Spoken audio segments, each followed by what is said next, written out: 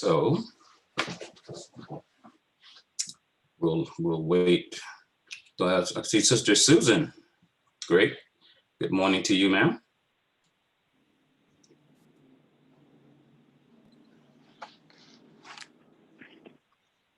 Good morning.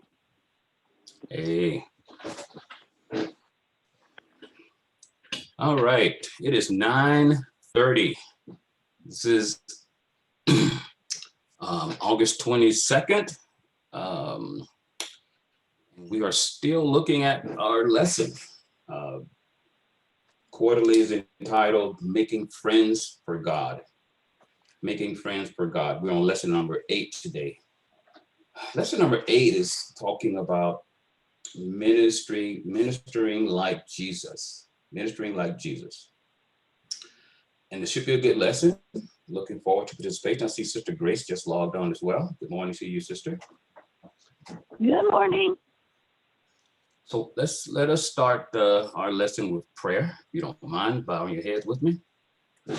Father God, we come this morning thanking you for what you provided for us to enable us to be here today. So many things happening in our lives behind the scene. You're working on things that we have no idea that are going on around us, but you see it all, you know it all, and you're doing what it takes to protect us, to prepare us. You know, I feel like your ultimate goal for each one of us, Lord, is that we grow in grace and knowledge of you, that we can be change our hearts so that it can be receptive to your spirit even more than it is today, and that we can be good representative for you here on planet Earth. Representing you, representing Christ to this world is what this world needs. So help us, Lord, to be more willing today than we were yesterday, and even more willing tomorrow than we are today. Grant that we can have good time in our discussion this morning, asking that we can have the Spirit of God as the chief influencer of our words and our thoughts as we go through the lesson. So guide us as we discuss in Jesus' name. Amen. Ministering like Jesus. What do you think? What do you think it means that we are to be ministering like Jesus? What do you think that means? I think there's a lot of ideas out there as to what ministering is, but can I have your understanding, your opinion of what it means to be ministers like Jesus was when he was on earth? Can I share something? Absolutely. Now, I'm not perfect. I got a lot of problems right now. This last stroke took a lot of my memory and stuff out. So there's things I don't remember. Now, I'm hoping this is ministering like Jesus, because a girl I met years and years ago, we lost touch with each other. She said she lost her book and couldn't find my number or anything. And it was 5 years that she was looking for me, thinking I still lived down there off of Gilbert. And somehow she found it and sent me her number. I remembered the voice immediately when she started talking, but I do not remember who she is. And so I told her what had happened to me. I asked her, do you mind if I ask you to tell me, how did we meet? How do I know you? She said, Veronica, you've been to my house. I said, oh, good. And I'm praying, Lord, I sure hope I did the right thing. And anyhow, I went to her house, and she said that her friend was there, and that her friend took some paperwork or something of hers, and I saw it. And when everybody left, she said, I stayed and I told her her friend had taken these things from her. And I don't remember any of this. All I can say is I hope I was working for the Lord. But Yeah, yeah. she said that I invited her to church and that she even went to church with me. So, and I know it's true because she told me where I sat and she remembered Pastor Shane. So Okay. I know that what she told me was true. So my point, the reason I brought that up is because we got to be working for Jesus. People have got to recognize us as a part of the family of God. That's a part of our work. That's what we have to do. It's not something that you learn. It's something that is inside of you. It becomes a part of you, working for Jesus. Yeah. And I believe she was, and even though she said I was working for Jesus and working for her, to me, right then, with her telling me what had happened, she was working for Jesus because I had no idea. Yeah. I think that I appreciate that. That was really good. And and sometimes people have this idea that when you're ministering that in pretty much is all about preaching or teaching. No, Uh-uh. and making it having a positive influence on people. This is what happened to you and that particular lady. You had a positive influence. You didn't remember, but she did. She did. Uh-huh. And that influence made the difference to her to a Yeah, point where she wanted to reunite that relationship. So yeah, and Christ did this a lot. He did more physical ministering than he did the spoken word to people. So anyone else on the question, what does it mean that we are to be ministering like Jesus? What does that mean? I think sometimes with ministering, people don't understand what ministering means sometimes, and if you don't understand that, sometimes you can get off track. Mm. So ministering, at least in my limited understanding, is a service, and it's a service rendered for other people, and not necessarily for your own sake. Although it will benefit you as well, yeah, and yes, of course that service qualified in the life of Jesus Christ to make sure that you're not just serving other people, because we have a long list of ways in which you could potentially be serving, like in when it talks about love in 1 Corinthians 13, it says people do a lot of things in service and yet they don't have love. And so without that qualifying factor, the love as defined by God in the manifestation of Jesus Christ, then they're doing these things, but it's in vain. Yeah, I like that. Some synonyms to that particular word, ministering. You find if you did not want to use that particular word, you could use the word caring for people. yes, You can use the word tending to the needs of others, right? Nursing, comforting, and attending to the cares of others. Paul's in one of his letters said that we should consider other people above ourselves. yeah, Christ did this all the time, putting his life at risk to make sure the needs of others were taken care of, even above his own. He had a particular mission. He knew what that mission was because of his relationship with God. And even though he knew that the ultimate goal was to bring redemption and reconciliation, it did not stop him from putting himself in front of harm's way with some of the leaders in order to make sure the people got what they need. yeah, They accused him of all kinds of different things, but he continued doing the work that was needed for the right, people. So Jesus recognized that the world needed a demonstration of the gospel. It wasn't just that they needed a proclamation, but they needed a demonstration.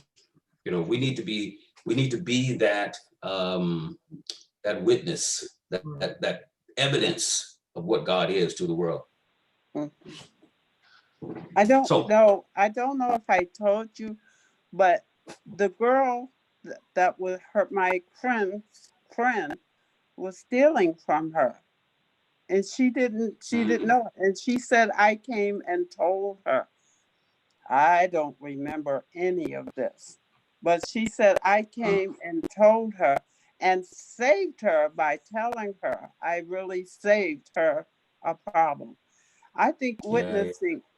witnessing for Jesus is being bold, being able to say that's not right. It has to be set right. And I think that's what I'm trying to say. That we have to be able to set things right, not only in our own lives, but in the lives of those around us. We're Yes. servicing others. Good morning, Sister Lulu. I see you just logged in. It's great. Sabbath afternoon, we have a memory text. The lesson gives us a selection of texts to read from Matthew 5, Philippians 2, Mark 12, and so on. And we'll go through some of these as we go through the lesson. But let's look at the memory text. Interesting memory text. The memory text says, but when he, referring to Jesus, saw the multitude, he was moved with compassion for them because they were weary and scattered like sheep with no shepherd. No shepherd. So the question would be, now we know the condition during that time prior to Jesus coming and during his time on earth. There was religious leaders everywhere.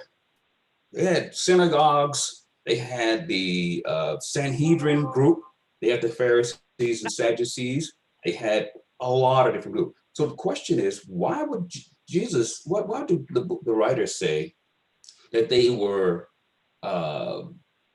scattered like sheep with no shepherds? Why would they write that in Matthew 9:26? What do you think? Hi, this is Grace. Yes, sir, go ahead. I think you can have a lot of leaders, but no leadership. So, what happens is people can be scattered. There can be divisive issues that separate people instead of bringing them together. Yeah. So here's a question regarding that. What is the purpose of the shepherd? It says that they were weary and scattered as though, like sheep with no shepherd. What is the purpose of the shepherd?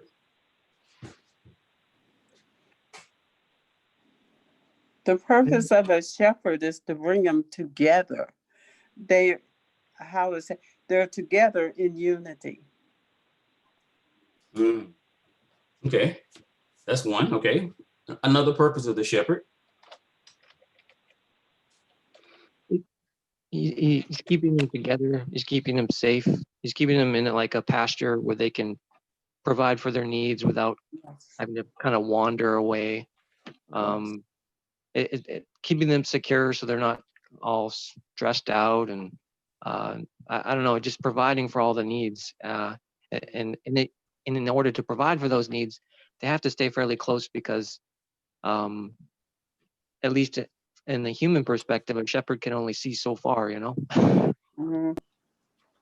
Yes, absolutely. In the Psalms, chapter 23, it talks about the Lord being a shepherd, and it goes through a list of things that the shepherd does.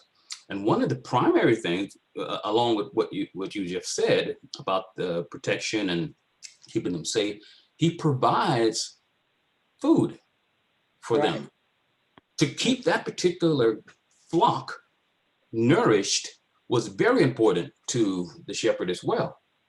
But it appears from this particular memory text that that was not happening. You had church leaders, but you did not have shepherds. Right. The religious leaders during the time, to me, and this is based on my understanding of how I read the Bible, had the tendency to care more about themselves, their position, than they cared about the people. So when Christ came along, he completely disrupted that whole mindset. You know, he wasn't looking for the highest position. He wasn't looking for the status that some were. He put himself out there with the people and did things that were absolutely uncustomary. But actually, some of it was in the minds of some of the teachers against their law. And he did it. He was willing to put himself out there. So they needed a shepherd. They needed a shepherd. And we'll get into that. We'll get into how Jesus was viewed as the good shepherd.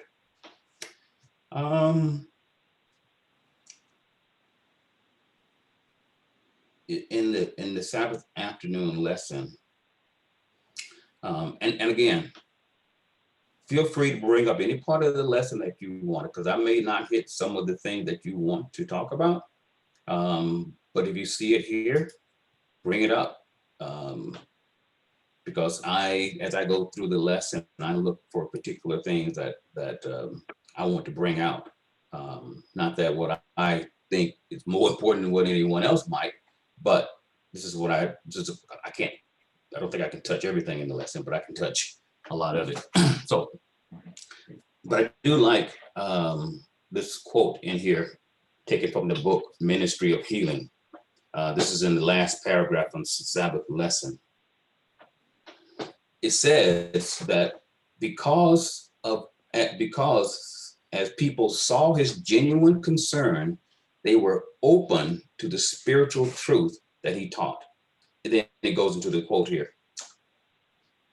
It says, Christ's method alone will give true success in reaching the people. The Savior mingled with men as one desiring their good. He showed his sympathy for them, ministered to their need, and then he won their confidence, then bade them follow me. The writer here, one of the founders of our church, said that was the method that would bring true success. When people feel as though you care, that makes a big difference. It's one thing to have great speaking skills, great organizational skills. These things are absolutely necessary, and they're part of some of the gifts that Jesus give. But have to allow people to feel as though they are being cared for, that somebody cares, will have a better impact. Any comments on that? But you know me, I could be way off base on some of this stuff. I keep thinking of the verse in the Bible that says God's encouraging us to be wise as serpents and harmless as a dove. To get to a point where you're disarming people with love, saying, hey, I want to invest in you and I want you to be the best you can be. And then if you're doing that, then they'll at least be more open to listen to what you have to say, because they believe, hey, this is somebody who has my best interest at heart, rather than, like you said, some of those agendas where they just want to maintain a position of power, or maybe even get a bigger position of power. So it's just a blessing to see that somebody's gonna, in a rough way, kind of get their hands dirty, dealing with things that sometimes are not desirable. Sometimes leave it leave you and other people in a situation where you have to kind of struggle through it. But Christ says, hey, I'll be more than happy to help you with your mental illness, with your demonic possession, with your physical ailments, with you need food, you need something to drink, I can help you with that. And there's so many like basic things that he invests in people to say, hey, we take care of this, but there's something even more important than this now that we've taken care of this. Yeah. We know that Christ had the ability and the power to do what a lot of the religious leaders and a lot of the common people wanted, which was to free them from the shackles of the Roman government, to elevate Jerusalem, to elevate Israel back up to the prominence that it once had. He could do that. He had the power. Remember, he said to one of the disciples, I could ask my Father, he could send dozens and dozens and thousands of angels down, and we could take care of some business here. He could have done that, but he knew that that was not what was needed. And you go through the Bible, and you will see, I can't recall any place in the Bible where God displayed some of his massive power and it wound up winning people to him. You know, the Bible says what? It's through love and what? Kindness that people are drawn to God. It's that small, still voice, not the screaming, the loud output of or display of power that does it. It is that tenderness, that kindness, that love. That is what draw people to God, because that is his character. Any other comments on Sabbath? We're going to go to Sunday's lesson unless someone else have something else to share on that particular lesson. Feel free to drop that. As we were saying, kindness and love brings people to God. I've witnessed it. That my former church, we used to do this kind of work. We go to people's home, do their works for them, and also we distribute food to the needy, and that brought a lot of people to the church. Now I can count, apart from the, let me say the high school, from high school students going, the adults number is over 1,005. But it started as a small church, but through love and kindness, it has brought so many people to the church. And where the church is situated is far from where a lot of people are living. There are other churches just around, but people always want to go to that church because of the love and kindness. Thank you. Appreciate that. That is key. That is what is needed. And I think if we got that vision and allow the world to see more of that, brother, they will be impacted better, a lot better than they are today. You know, unfortunately, the church has done a lot of damage to itself by some of the things that are happening. So we can do better. We can do better. You know, and I think that attitude, that love, that kindness that need to be displayed, we need to be able to allow it to start with us. We may not be able to get the whole church on board, but we can start it. We can have that in us, and we can take it out to the world. Derek, I mean, yes. What, I don't know what you mean that the church do harm to itself. Are you talking about the way the people act, or the church as a whole? Right. Thank you for allowing me to clarify. Appreciate that. So no, if you look around and you see some of the things that the church, and I'm not talking about any particular church, but I'm talking about organizations in the Christian community, they have really put a bad taste in the mouth of a lot of people because of what they see happening, you know, at the church.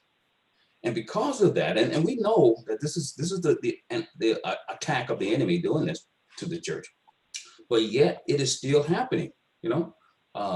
Churches arguing with one another, criticizing one another, individuals in leadership displaying actions that just completely turn off others.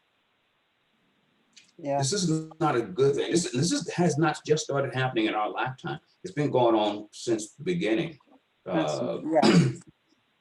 You read in Acts chapter 5, Ananias and Sapphira, their attitude, it calls people to wonder.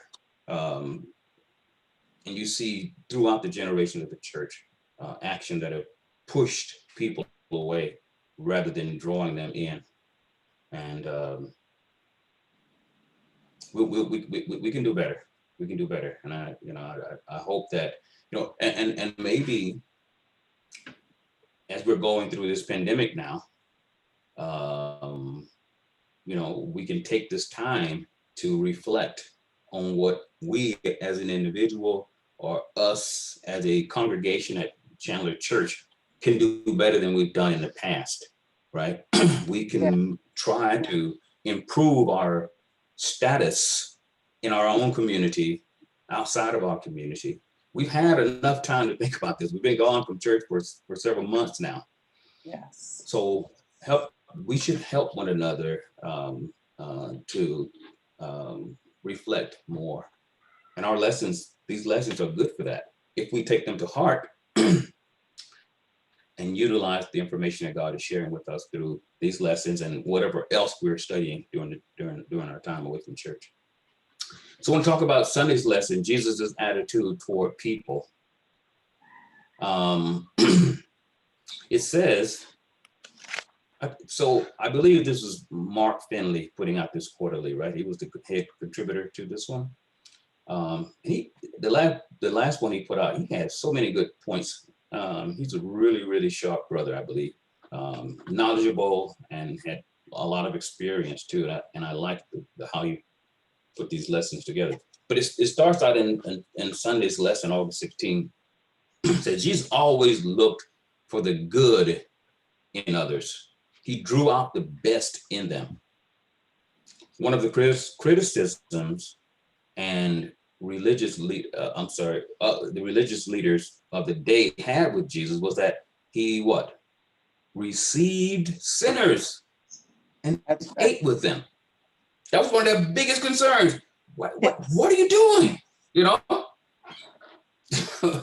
have to marvel at what happened to these religious leaders' mindset to cause them to look at the people who needed their help as the main one they did not want to help. Right. Why would you eat with these people? Why would you hang out with this type people? Yeah. So you know what this was before you came. I was at Chandler Church. Mm-hmm. And do you remember Terry Gray? She used to come to church too, but she got married. She's in Tucson now. But one day Terry came up to me and she said, "Veronica, there's some people here and that you need to talk to." And I went over to talk to them. And I worked in mental health. So they knew me as chaplain from the church. So anyway, they came to our church and the guy told me, he said, "I knew if I went to your church, I could eat." And that was it. They were hungry. I was so proud of the way Terry handled that. She brought them to me and then made sure we had a place for them to eat. Now, they didn't look all that good. They were dirty. And but they were hungry. And they somehow knew that my church would feed them. I don't know how they knew, but they knew. And they knew what church I went to because they followed me. And I said, and so when they came in, I was very proud of my church. They were welcome. They gave them a table to eat at and made sure they had food that they took with them. And I That's believe what. I believe Sorry, that's go what ahead. Go ahead. Finish. I believe that's what the Lord would have us to do. And Terry did that day. Mhm. And we actually Yeah. took care of them that day. Praise God. I think that's one thing that I hear a lot about Chandler Church, about the friendliness of that place. People come there and they feel welcome. And I do, Yeah. and I do remember Terry Gray. She used to be our, yeah, I remember her. She Good. Later. she got married and moved down to Tucson. Yes. Yeah. We're down Tucson. Yes. Contrasting what you just said, if you don't mind, my wife and I was in Georgia years back, and we were staying in the mountains with my brother at a resort. And on Sabbath, we left, he and his wife up there, and we went to look for a church to attend. And we found this church, and the church was pretty nice church, kind of, you could tell that the people that attended had a little bit. So we went in, and as we were in Sabbath school, they brought up something pretty similar to what you just said, but it did turn out right. They used to have a outdoor potluck, and they had to shut that potluck down. And you want to know why? Because the homeless people started showing up wanting food. Oh. And I said in the class, what do you mean? I thought this was our purpose, to take care of people like that. This affluent community here, you can't take time to help the people in need. You're going to shut down your potluck. Wow. Because people who needed food started attending. Now they didn't attend church service, but they attended the potluck because that's what they needed. They needed food, and they didn't want to deal with that. Strange. So, So what I want to ask is, do you think we're doing the work of the Lord, or we're doing our own work? If we are not feeding the hungry, then what are we doing? yeah. Tell me about it. And Christ came not for the affluent people. He came for everybody. Yes. So we should always open our arms for even those who don't have. And not only the rich people always. Not only those who are well dressed, but those who are in rags and tattered clothes, that should be welcome to the Lord's house. So true. So true. It says on Sunday's lesson, the scribes and Pharisees, the second paragraph, the scribes, Pharisees, and Sadducees, religion was one of avoidance. They thought, do everything you can to avoid becoming contaminated with sin. Yes. Though uncontaminated by sin, Jesus plunged into this snake pit of a world to redeem it, not to avoid it. He was the light of the world. It actually says he is the light of the world. Matthew 5, 13, and 14. It's asked the question here, what two illustrations did Jesus use to describe his followers? If someone cared to read that, Matthew chapter 5, verses 13 and 14. Matthew chapter 5, verse 13 and 14. Someone care to read that one? This is Grace. Thank you, Matthew sister. 5, 13 and 14. Verse 13, you are the salt of the earth. But if the salt loses its flavor, how shall it be seasoned? It is then good for nothing, but to be thrown out and trampled underfoot by men. Verse Yeah, yeah. 14. You are the light of the world. A city that is set on a hill cannot be hidden. Mm-hmm. Salt and light. Now it says when the salt loses its flavor, it is no good. How does that, what does that have to do with us, his followers? What has to do with us?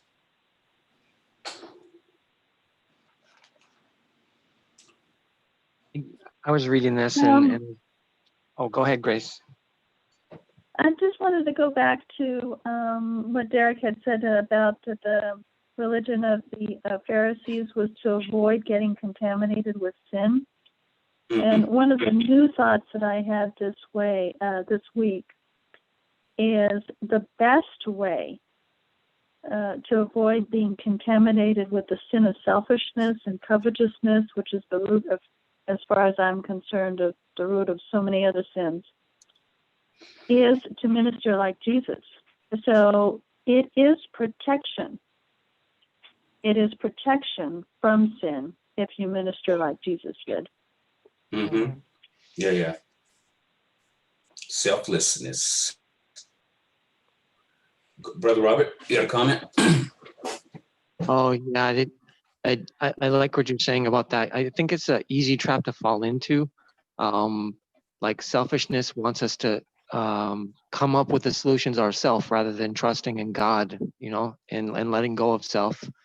So it's really easy, at least in my walk, I find that sometimes it's really easy to slip into that mindset where you're trying to do the best you can to avoid harm and danger, where Christ says, hey, those who seek to save their lives are going to lose them, and those who seek to lose their lives are going to save them, in saying that I need you to, sin is so bad that it's corrupted you so fully that you need to die to self. Everything that you have planned and you think might be good is corrupted by sin.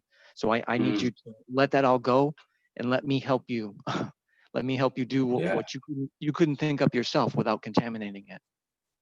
You know, and the hard part is to let that stuff go. That becomes the hard part, because you know, the flesh term that we use, but self has its own desires and it does not want to let go of what it likes. So that's what we were talking last night with the family. One of the greatest miracles is for God to take that extremely hard heart and convert that thing and change it into something of beauty, something of grace that can be displayed to the world. That is a miracle in itself, just to be able to do that. You know, dealing with inanimate objects is one thing, but dealing with people with freedom of choice, who's been contaminated for years and had contamination passed down through them from their foreparents, to be able to change that person makes a big difference in the world. So now, it says in this particular lesson, this day's lesson talks about how Jesus was able to see the better part of people. But then I looked up John chapter 8 and verse 43 through 45, and I looked up Matthew chapter 23, verse 14.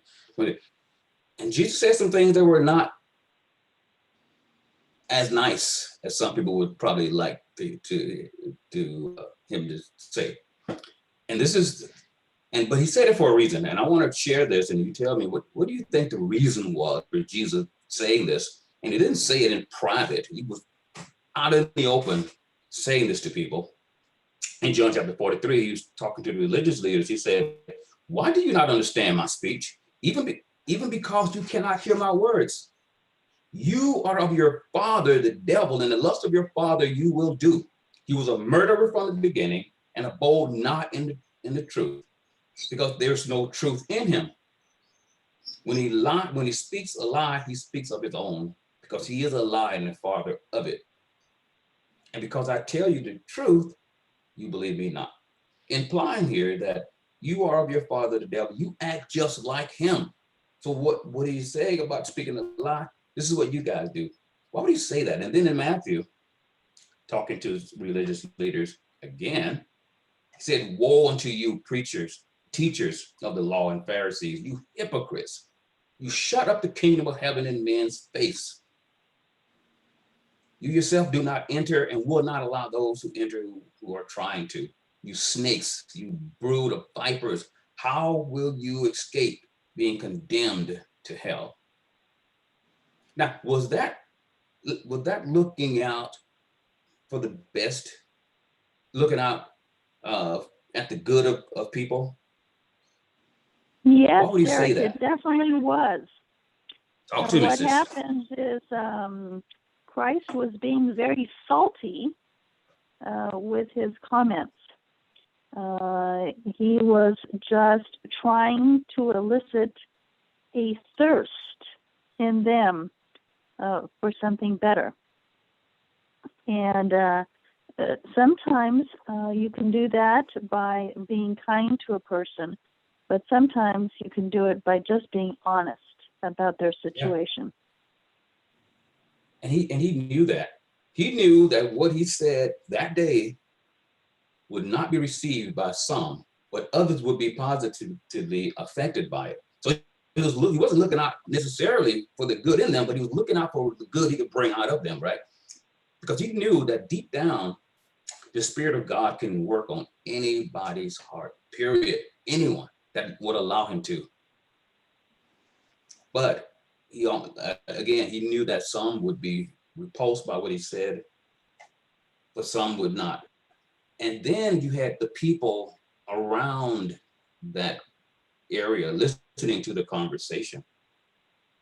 And if you read beyond this, the part that we read, you start noticing some of the things that were being said and by the religious leaders and the people hearing this stuff too. So as Sister was saying, sometimes you have to go a little deeper than you planned in order to have the better effect, not just on the one you're talking to, but even just the ones that are listening around you. So there was a time for a message like that. Even though we may not want to do it, I would believe that Jesus had tears in his eyes as he was saying these words to these people, because he knew that it would hurt some, but he also knew that it would help others.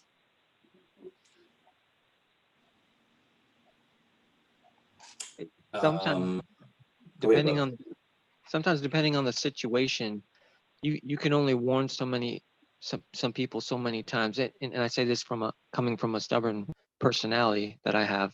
You can only be warned so many times before drastic measures need to be taken place. And it doesn't mean that Christ didn't act unmotivated by the Spirit.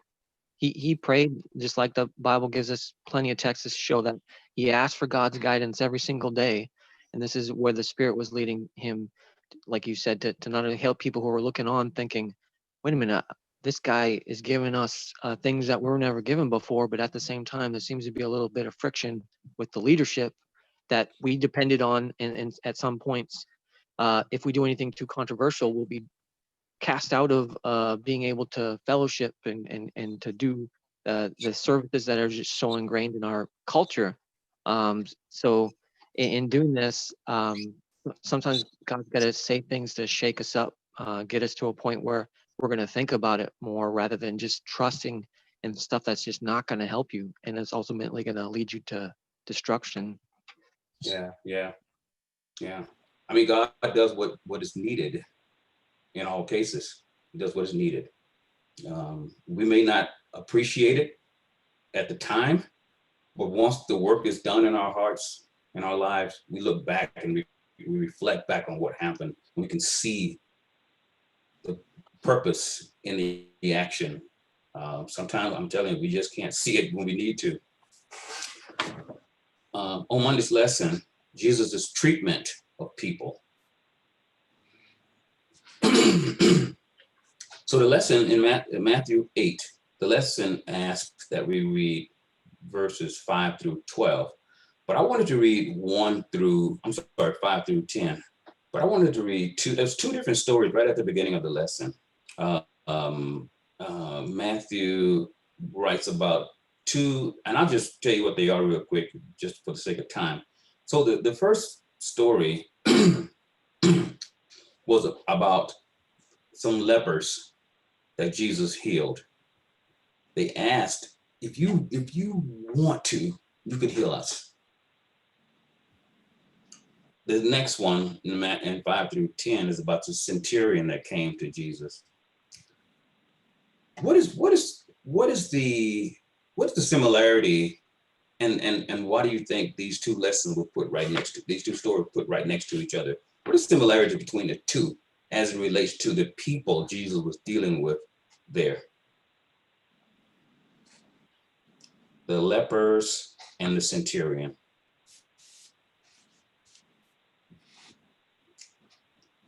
Any takers on that one? I think one of the differences in the two stories is the lepers were asking Jesus, if you were willing to make us clean, you can. Whereas in the story of the centurion, we don't have a record of him asking Jesus, are you willing to heal my servant? What the record says, the first words out of the centurion's mouth is, Lord, my servant is lying at home, paralyzed, dreadfully tormented. So the centurion just tells Jesus the facts. Yeah. And then Jesus tells him his will. I will come, I will heal him. So there's almost this, when I read it, there's almost this assumed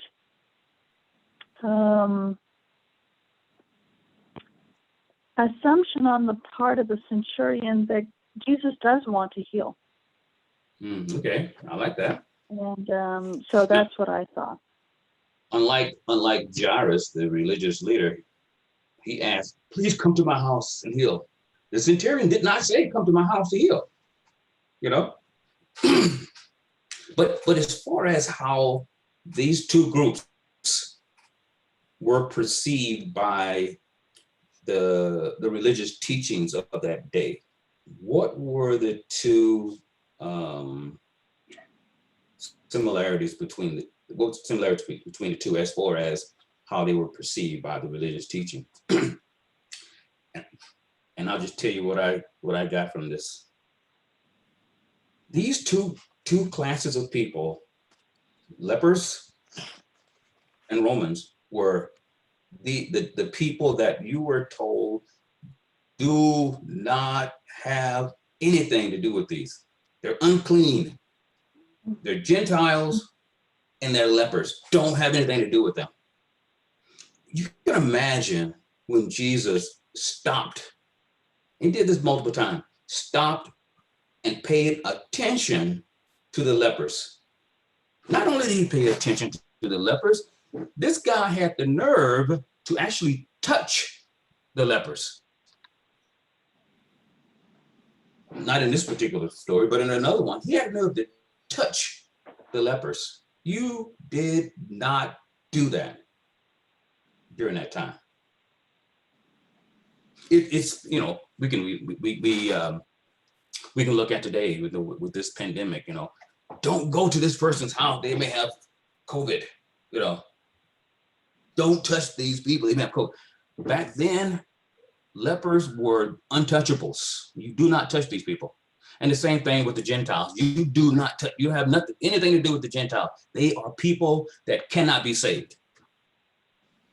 And Jesus, not only did he have a desire, as Sister was saying, to help this person, I don't even think he was prepared. I don't think he was prepared. Jesus was prepared for what this centurion said. Oh, wait a minute. No. You don't need to come to my house. I know you have authority. I understand authority. I'm a man of authority. Hey, I'm under authority and I have authority. When I say to people, do something, I don't have to go and check to make sure it happens. They will do it because I have the authority. And Jesus commented and said, now, and can you imagine the people around? And we're not assuming that there was people around Jesus because there was always people around him, right? Can you imagine how they looked at him when he said, I can't find this kind of faith anywhere in Israel. That's what it is going to take, that kind of faith. So a few years ago, I'm going to try and share something with those who can see my screen. A few years ago, there was a picture published by an Adventist brother. There was a group of Adventist teachers going around to different parts of the country, putting on what they call the Good News Tour. They went from city to city, and they would go and hang this particular poster on the walls of different churches, advertising their service that was coming to their town. I want to try and show you, if I can, this particular picture. And for those who can't see it, I will just describe the picture to you. So let's see if I can share this. One moment. I am not the best at this, but I'm going to try to share.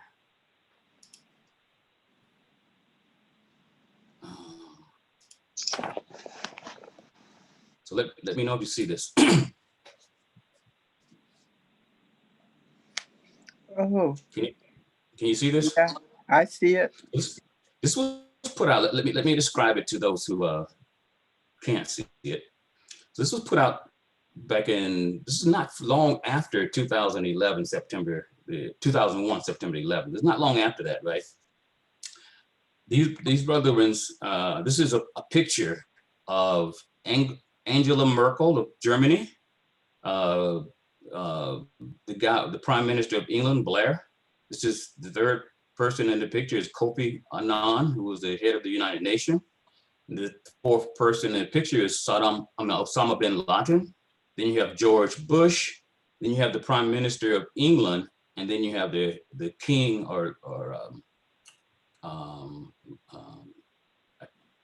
I think he's king or emperor or whatever of China, sitting down in chairs, and Jesus has a basin of water and he's washing the feet of each one of these guys. So when this picture came out, it caused such a stir that the religious leaders, the different churches, went around to the different malls and told them to take this picture down. We could not have something like this displayed of Jesus stooping down to wash the feet of these, in a lot of cases, war criminals. These people are responsible for deaths all over the world. And Jesus is kneeling down, washing these people's feet. What do you think about that? Good morning. Can you hear me? Yes. Okay. Good morning, everyone. Happy Sabbath. This is Lucy. I think as a church, I was raised in the church, and I've been around to many different areas, many different places around between the Caribbean and the United States. And I think one of the issues I think on a general note that we have is humility. We suffer with that, I believe, as a church in general, and just as religious people, if we want to consider ourselves like that. And when we, quote unquote, get to a certain level of our Christianity and walk with God, we forget that we were once just like the other people, and that we're being saved through Jesus's grace and mercy, not because of anything that we do that's good, because nothing we do is good enough and ever will be good enough.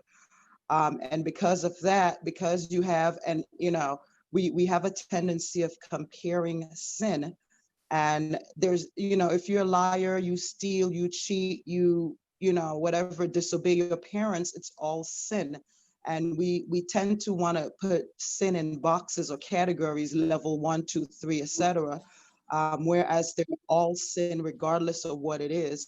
And these folks, let's say the picture, they did what they did that we classify as wrong. Granted, we all have done wrong, but we classify their wrong, let's say, bin Laden, for example, as high wrong, because yes, he might have hurted, killed, and did all of that with no sense of remorse, maybe. But so is disobeying your parents. So is lying. So is disrespecting others. So is not loving, not showing love. And you gave your example earlier with the church and that you attended to at some point in the past. And that's very unfortunate, because serving others, which is a good, not the only reason, but one of the great reasons where I became wanting to attend Chandler, because that's a way of service, and I'm big into service. So serving others is the way to draw them closer to Christ. And if you take away that option, we are Christians, and that's the brother who told Christ, the what is he, centurion or whatever, who told Christ, "Don't come, just heal my servant." We have to have that type of faith. And and I'm not judging that church you attended, but obviously they showed by doing what they did that I don't believe God could help me. That could have been a huge program. They probably just shut out the opportunity of 1 or 2 or even 5 or 10 of those people coming closer to Christ by doing that. And we have to humble ourselves. We somehow have lost that, and we have to learn how to be humble and realize that it takes anything for any of us to be in a situation like that. And we would be happy if someone could help us out, or even give us that opportunity to get closer to Christ. And touching and loving and kindness and all that you've said prior throughout this discussion and what others have said is the way we do that. We can't do it by saying, "I'm better than you. I have 5 PhDs. I've been in the church since my birth, so you don't know anything," or whatever. We can't do that to others. And God constantly shows us, or Jesus on his time on earth always showed us how church people, open your eyes. But these people don't know, and they need me. So I'm going to help those who need me. And Right. you need to do the same. You need to learn to help those who are need, and not look because their teeth ain't brushed or their clothes not looking up to par or whatever. Right. You are responsible. This is your job. Forget your title. Forget how much you think you know, but you don't know. Amen.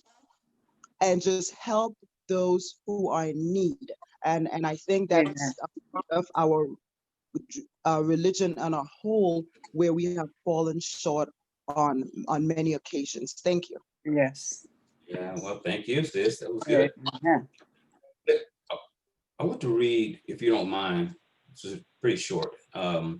This is taken from a non-Adventist brother that saw this picture, and he knew the guy who actually put this picture together. The name of the group was called the Heavenly Sanctuary, and they had a contract with several malls in the Seattle area to hang these posters advertising their conference. But no sooner had the poster gone up than anger calls began flooding the malls. Many people, but it seems mostly Christians, were offended at the image of Jesus washing Osama bin Laden's feet. Mm-hmm. It was such an outcry that each of the malls decided to go back on their contract and take the posters down. The Christian college that the Heavenly Sanctuary group had rented space to host their conference also canceled their contract with them. So the Adventist brother Brad had to scramble to find a secular venue, which ironically had no problem with the poster. So what does it say about how many American Christians envision Jesus? Obviously, the posters believed that Jesus would not, I mean, the protesters did not believe that Jesus would not wash Osama bin Laden's feet. But Jesus died not for our sins, but for the sins of the whole world. And this obviously included who? Osama bin Laden. So if Jesus died for Osama, how are we to imagine him being unwilling to wash his feet? This woman I have been his brother that you know, I have a tendency to listen to some of his lectures, but he kind of laid it out. We as Christians, and Sister just brought this out big time, Sister Lulu, you know, man, we have a completely wrong perspective as to what we should be doing. Just completely wrong. You know, I don't care how bad. I mean, we look at Osama bin Laden as being a pretty bad guy, but you know what? I don't think he killed nearly as many people as George Bush did when George Bush started that war and destroyed a lot of people. But we don't look that bad on him. We look bad on some of the other people. But that being said, we're going to move on because. Go ahead, sis. Can I say, are we? I hope I can say this right. Are we truly to be a Christian? Do I have to really be a Christian? Would I wash those people's feet without asking where they're from or what they did? Or am I being a true Christian when I say, okay, you're right, you're all right, and you're all right? Do I have to do, I'm trying to think, do I have to make them something they're not in order for me to be able to show them the Christian side of me? I know I didn't say that right, but I'm hoping you understood. I did get that. So anyone else want to tackle that one before I do? She's asking for an answer. So if I understand Veronica correctly, you're asking, should I act in a Christ-like manner towards people before I figure out that maybe they might receive it well, or maybe they deserve it? Maybe they deserve it more? Yes, that's it. That's it. Shouldn't to be a Christian, shouldn't it be an automatic thing for me to treat them that way? That I don't know, maybe I'm wrong, but I'm gonna try to bring this up. I was looking at my phone, and they had Biden on there, and he said something that really touched me. He says, when I become president, I am going to be president to everybody, even to the people that didn't vote for me. I'm going to still be their president and work just as hard for them as I did for those who voted for me. Yeah. So here comes my skepticism, and it's kind of hard to trust what politicians say.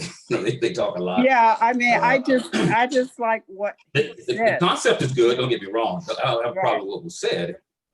We like to see people carry out stuff, follow through. No, I think what I kind of got from what you were saying too is, it seemed like you said that is it incumbent on me to try to make this person into something else than what, let's say if I see someone and they're living a really horrible life, I just see someone that nobody wants to deal with this person because of the way they act. Do I need to try to change this person before I can have interaction with them? Okay, that's it. And no, I mean, our job, my responsibility is not to save this person, right? My responsibility is to minister in whatever way God has ordained me to for that particular person. And once that's done, what can I do beyond that, right? If that person is a person that really hate Christians, hate Christianity, hate religion, it's not my fault. I didn't cause that. And it may not be a whole lot I can do about it, but if I can just demonstrate the character to this person in helping them. The lesson talks about it here about people's felt needs, right? This is going beyond just preaching and teaching and sharing the gospel, but actually helping that person something they really need to overcome. If I can help with that, it could be just giving that person food. It could be helping them giving them a lesson on how to overcome alcoholism, whatever the case may be.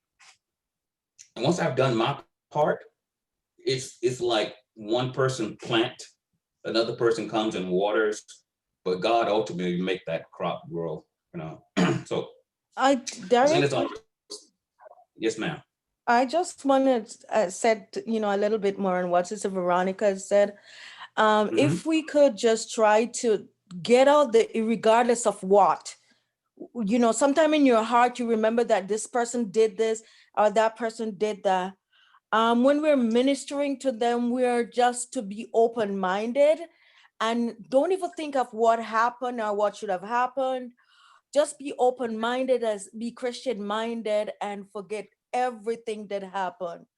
And then it will make, us a better person. Because I've had experience with having issues with people, and I think that, they're not going to deal with me again. And they just dealt with me as if nothing happened. And, Right. all of that was in my mind. And, as a Christian, this is the character we want to develop just like Christ. Yeah. Well, I want to ask a question. Go ahead, brother. Why were the followers of Jesus Christ called Christians? It kind of referred to the people saw Christ in their words and actions. The people saw Christ in their lives, the way they walk, the way they talk, and everything. So if we want to be called Christians, then we should follow the footsteps of Jesus Christ. The picture demonstrates something serious to us, that Christ didn't come to divide people. He came to put everybody under one umbrella. Yes. He looked at us as one person. Yes. All the individuals, he put them together and treated them as one person. That's what we should always do. And we shouldn't forget that there will be surprises in heaven. And this is the picture demonstrates that to us this morning. Yeah. Absolutely. That's what the world needs to see. They need to see us. I'm sorry. I was encouraged to do more of the lesson than what I normally do. So on Wednesday's lesson talks about Jesus' healing ministry. This is part. So Tuesday and Wednesday both talk about this is a continuation. The lesson brings out that, man, Jesus, I can imagine how tired this guy was at the end of the day. They brought people from everywhere to him, and he just healed. He didn't act like Sister Veronica said. He didn't ask questions. What caused you to be this way? Why are you doing the thing that caused? He just healed these people. He said things to them they needed to hear. Sometimes he realized, as the paralytic that was let down through Peter's roof, Jesus looked at this guy and he saw more than the physical problem that he had. He saw that there was a spiritual problem that was even deeper, and he dealt with that part first. Your sins are forgiven. And then he dealt with the physical part. But I'm telling you, as I look at this, all the work that he did for those 3.5 years, all the things he said, all the healing that he did, all the comforting he did, I have to wonder, what happened to a group of people after seeing and experiencing all this love that Jesus showed, all the compassion and mercy and grace that he showed? Within a few days or weeks, they were outside of Pilate's building shouting, "Crucify him, crucify him." What is it that and the same thing today? I mentioned this a few Sabbaths back. What is it about Jesus that caused such disruption in the minds of people? People's minds just go completely nuts sometimes just at the mention of Jesus. And I just don't see anything in the Bible that would cause me to just hate that particular name, you know. Now, I have an answer for that, but what do you think? What do you think? Why would there was so much opposition to Jesus during his time? And why do you hear these complaints constantly today about Jesus Christ?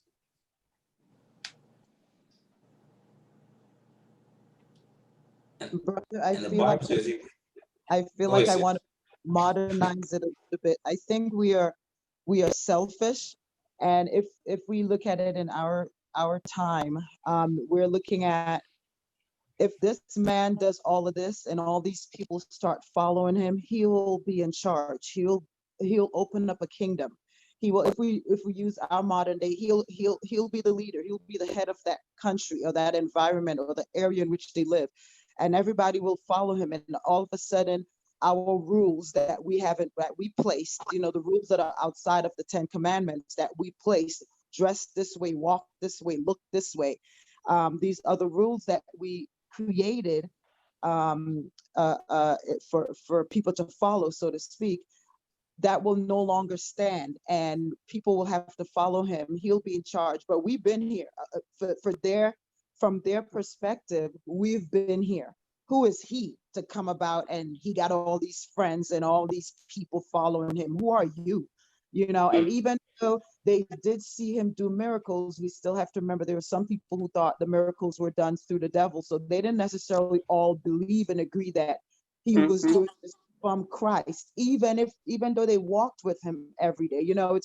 It's similar to, if let's just be real, if today someone built an ark, because we know that has happened, built an ark in the middle of Arizona, well, this part of Arizona, and said, yeah, there's going to be a flood. Let's be honest, we're not going. We're not going to go just like, willingly be like, yeah, he probably talking right. There's going to be this flood that an ark is needed in the middle of the desert, that we all need to leave our homes and go reside. So in using the folks of that time, that's where it is. Now we see pastor, we see the president of the conference, we see these people like, oh yeah, we could, that's good. But then you see this man with a humble sandals in his feet, and maybe here not as up to date as we would consider good hairdo, and he's having all these followers. So if we get rid of him, we can go back to things as it used to be. We don't want this guy in our society, in our community. He's killing the vibes of what we want to do, which is maintain poverty, maintain ignorance for those who don't know about him, and maintain that type of level, and we stay high in society. So Jesus being present and being among them physically was not acceptable for their agenda. That's what the situation was. It's sad. It's a sad situation, and it continues to happen today. Yeah. Yeah, I think there's There, something in the Bible that says there's nothing new under the sun, right? So and things, Derek, people, go ahead, sis. I just want to add to what Sister Lula is saying, is that a lot of people, what Christ came to seek and save, his mission, his purpose was much more than what they wanted. They wanted physical things on the earth. They probably wanted riches and nice things, and so, but his purpose was, to have life and to have an everlasting life, to have something greater than what they're looking for. So they were not, enthused for that, that's really what I was thinking. Thank you, sister. So we got to go to Thursday lesson real quick because we got like 2-3 minutes left here. It talks about what matters to Jesus, what matters. And it gives us this parable in Matthew 25, verse 31 through 46. And for the sake of time, we don't have time to read it all, but it talks about the sheeps and the goats. The sheeps and the goats. This story kind of brings out the attitude that people have toward God and toward those around them. That's right. you can easily find people that are willing to do certain things for self-glorification. We did all these things. We read about people coming to Christ. We did all these things in your name, you know. Give us recognition for what we've done in your name.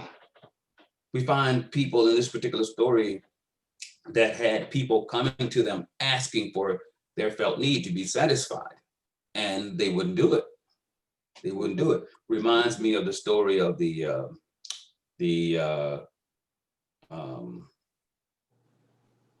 Good Samaritan, when you had people seeing this guy in serious need, and because of self-interest, they walked past the guy. They could not stoop to help this person in his time of need. So we have the same thing happening today. Unfortunately, things don't change a whole lot. We may have new ways of doing things, but it's the same attitude, the same heart. And until we learn to allow God to transform us, to renew us, to make us born again, we will have that attitude. And we can look good in front of the ones that see us, but inwardly we could be, as Jesus said, whitewashed tombs, dead man bones. This is what can happen to us if we're not careful, because it's the enemy can work on our hearts and cause us to believe that we're okay when we're not. We can be out feeding the hungry. We could be out feeding the hungry and have the wrong attitude about it, Mm-hmm. So, anything else? Because we are actually past time. Anything else? One thing I'd like to share. Let me ask this question: does love require that I be rich, that I have all these good things, or does love just require love? Yeah. Well, yeah. And there's nothing wrong with being rich and having these good things, but what do you do with it? What do you do with all this stuff? What is your attitude toward what you have and what you can actually do with what you have? If my desire is to hoard, then that's not godly. Mm-hmm. Individuals need what we have. Even when we don't have riches, people need what we have. Are we willing to share? So I know you got a minute left, but I just want to ask a question, because we actually don't, but go ahead. this week's lesson, it kind of made me look at myself in terms of being a kind, compassionate person.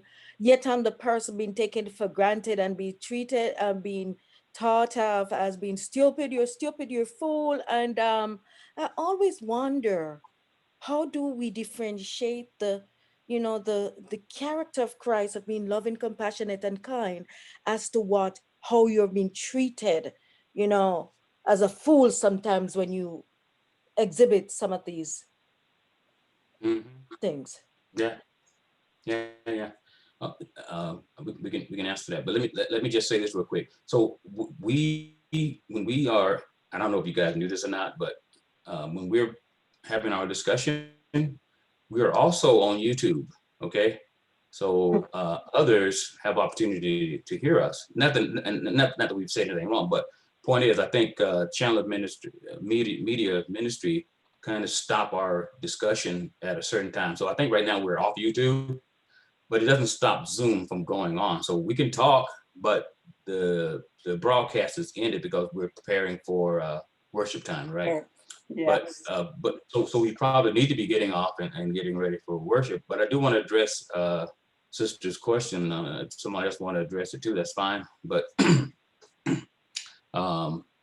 anyone else want to? Because you get tired of me talking pretty quick.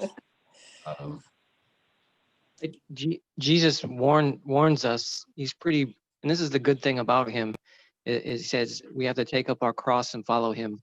which has got a whole lot of meaning behind it, is saying, hey, if I've come and people haven't accepted me, how much more are you going to run into these same situations where people are going to have a hard time not quite understanding how they should feel and how they should act and how they should embrace what God is offering them.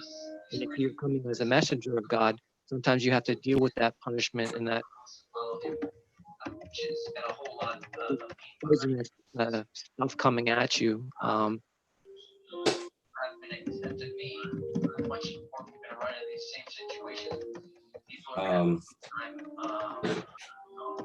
Brother Robert, we need to be shutting down. You make the call. Yeah, I'll stop the stream.